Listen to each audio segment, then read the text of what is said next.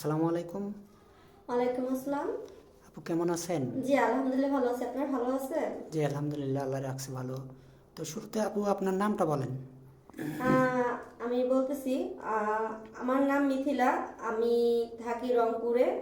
তো আমি এর আগেও ভাইয়াদের এখানে 2 থেকে 3 বার আসছি, ইন্টারভিউ দিয়েছি। হয়তো কেউ দেখছেন কেউ দেখেন নাই, কিন্তু আবারও আসলাম আমি।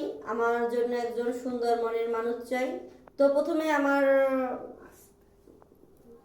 আমার বিষয়ে কিছু বলি আপনাদেরকে, কারণ জানা দরকার। অনেকে হয়তো জানেন, অনেকে জি জি। জানেন না। তো আমি বিবাহিত ছিলাম। আমার বর্তমান বয়স 22।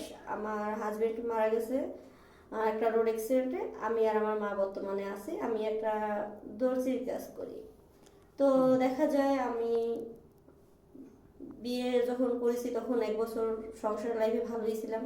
বাট আমার হাজবেন্ড মারা যাওয়ার পরে আমি আমার মায়ের কাছে ব্যাক করি।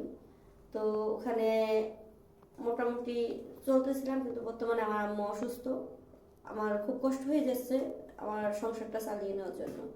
তো আমি চাচ্ছি যে, যেহেতু আমার কোনো বেবি নেই, আমার হাজবেন্ড নেই, মা আছে, আরও দেখাশোনার মতো তেমন কোনো আত্মীয় স্বজন নাই।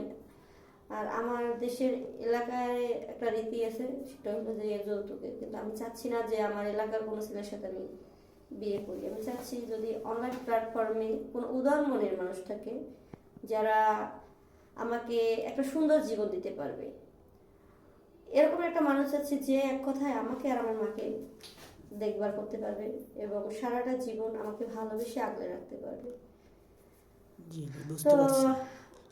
আশা করি হয়তো আমি পেয়েও যাব। যদি আমাকে বা আমার কথা শুনে কারো ভালো লাগে, যদি সত্যি আপনাদের কোনো আহ, বাধা না থাকে বা দ্বিধা না থাকে আমাকে আপনাদের লাইফ পার্টনার হিসেবে পাওয়ার জন্য, তো এমন একজন মানুষের সন্ধান চাই। আপনারা ইনবক্স করুন।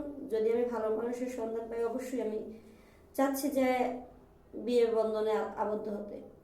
ও আচ্ছা, অনেক সুন্দর কথা বলছেন। তো আপু আপনার শিক্ষাগত যোগ্যতা কতটুকু একটু আমি বলবেন? SSC pass. ও আচ্ছা। তো আপনি তো নামাজ কালাম পড়েন না কি? হ্যাঁ। ও আচ্ছা। যাই হোক, আপনি অনেক সুন্দর কথা বলছেন যে একমাত্র আপনি এখানে আসছেন যে সুন্দর একটা জীবন সঙ্গীর জন্য, যেন সারা জীবন তার সাথে আপনি সংসার করে খেতে পারেন। হ্যাঁ। তো আপনার দানপত্র জীবনটা সুখের হোক, আশা করি ইনশাল্লাহ আপনি এরকম পাবেন। অবশ্যই আল্লাহ তাআলা আপনার কপালে একটা ভালো কিছু মা পাবে। তো এখন এখানে যে আসছেন আপনার পরিবারটাও আমরা জানতে পেরেছি যে যৌতুক দিয়ে আপনাকে বিয়ে দেওয়ার মতো আপনার পরিবারের সামর্থ্য নেই বা আপনার মারও সামর্থ্য নেই। তো যাই হোক আপু, আপনার আর একটা কথা বলি আপু, আপনার যদি ফোন নাম্বার থেকে থাকে তাহলে একটু ফোন নাম্বারটা দেবেন।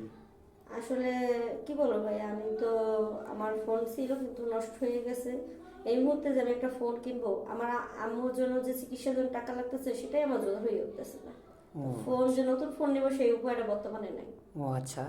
তো যাই হোক ভাই, মেয়েটার কাছে শুনতে পারলেন কোনো ফোন নেই। আমাদের নাম্বার দেওয়া থাকবে, মানে ইউটিউব চ্যানেল কর্তৃপক্ষের নাম্বার দেওয়া থাকবে। কেউ অযথা ভিডিও কল দেবেন না। ভালো থাকবেন, সুস্থ থাকবেন, আল্লাহ হাফেজ।